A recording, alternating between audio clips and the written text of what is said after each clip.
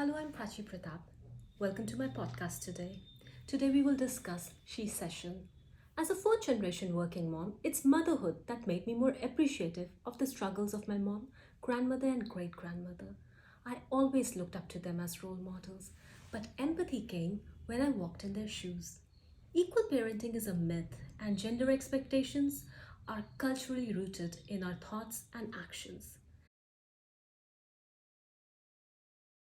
Since pandemic, working moms are not only primary caretaker of the child, they're also teacher to the online schooler, counselor and friend, along with being a cook, household help, disciplinarian who are simultaneously trying to live up to their career aspirations. Last year, with the first lockdown, dinner tables suddenly turned into office and school, and phone and computers were where work and study happened. They became our sole window to the outside world. The pandemic has played a disastrous part in the working mother's life. Every day I get messages from friends and strangers with whom I share one common denominator. We are working mothers seeking support. Most of us don't have anyone to help us through our days. Blame it on nuclear family culture and distance of lockdown. A recent report by McKinsey for mothers in the workplace, a year and counting like no other, starts with working moms are a resilient group, accustomed to juggling work responsibilities and family time with aplomb. Notice how it is expected of working moms to multitask, and if they fumble at work, they are termed non serious.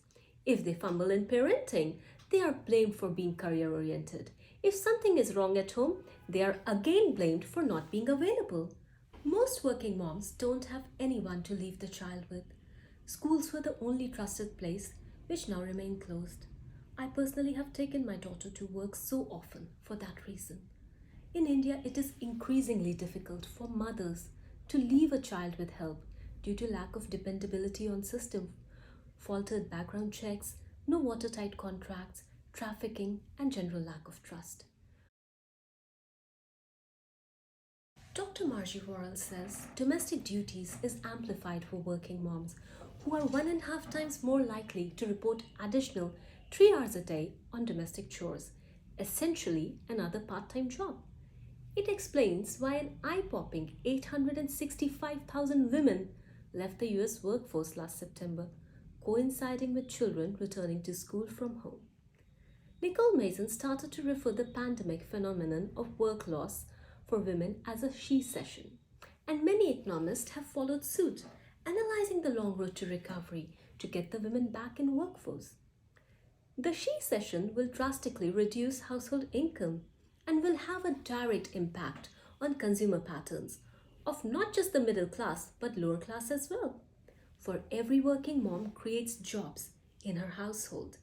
In the Indian context, a working mother hires household help, tutors, and drivers for their children.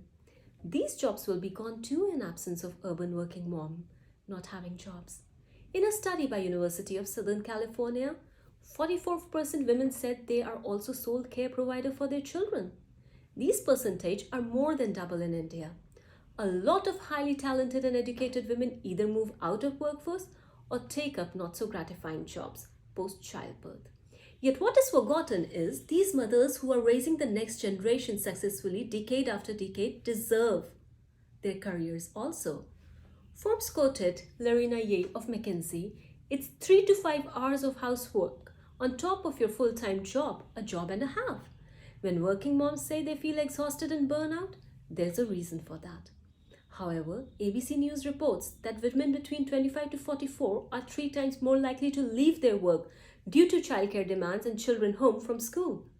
The double duty that mothers are now dealing with has also taken a toll on their mental and physical health. Most working mothers I speak to have little time for self care. Forget a dedicated fitness routine. Women handle the maximum brunt of domestic duties. As the McKinsey report says, due to the pandemic, 1 out of 4 working moms with young children have considered downshifting career or dropping out of workforce completely. This year has been an incredible test of resilience for women and especially for working moms.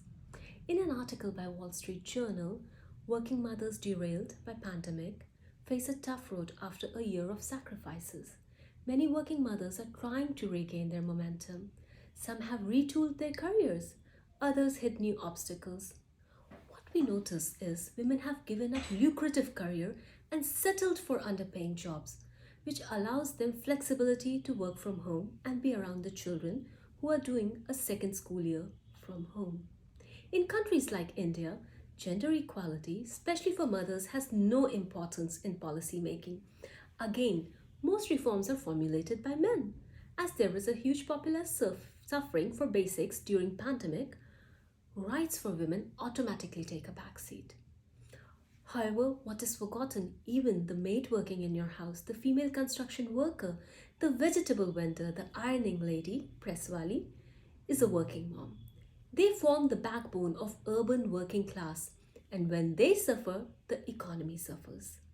The job loss for working mom is a trickle down effect which will be magnified in future, affecting cash flow and economy. If you are a working woman or a working mom with privileges and support system, please reach out to one of the millions suffering silently.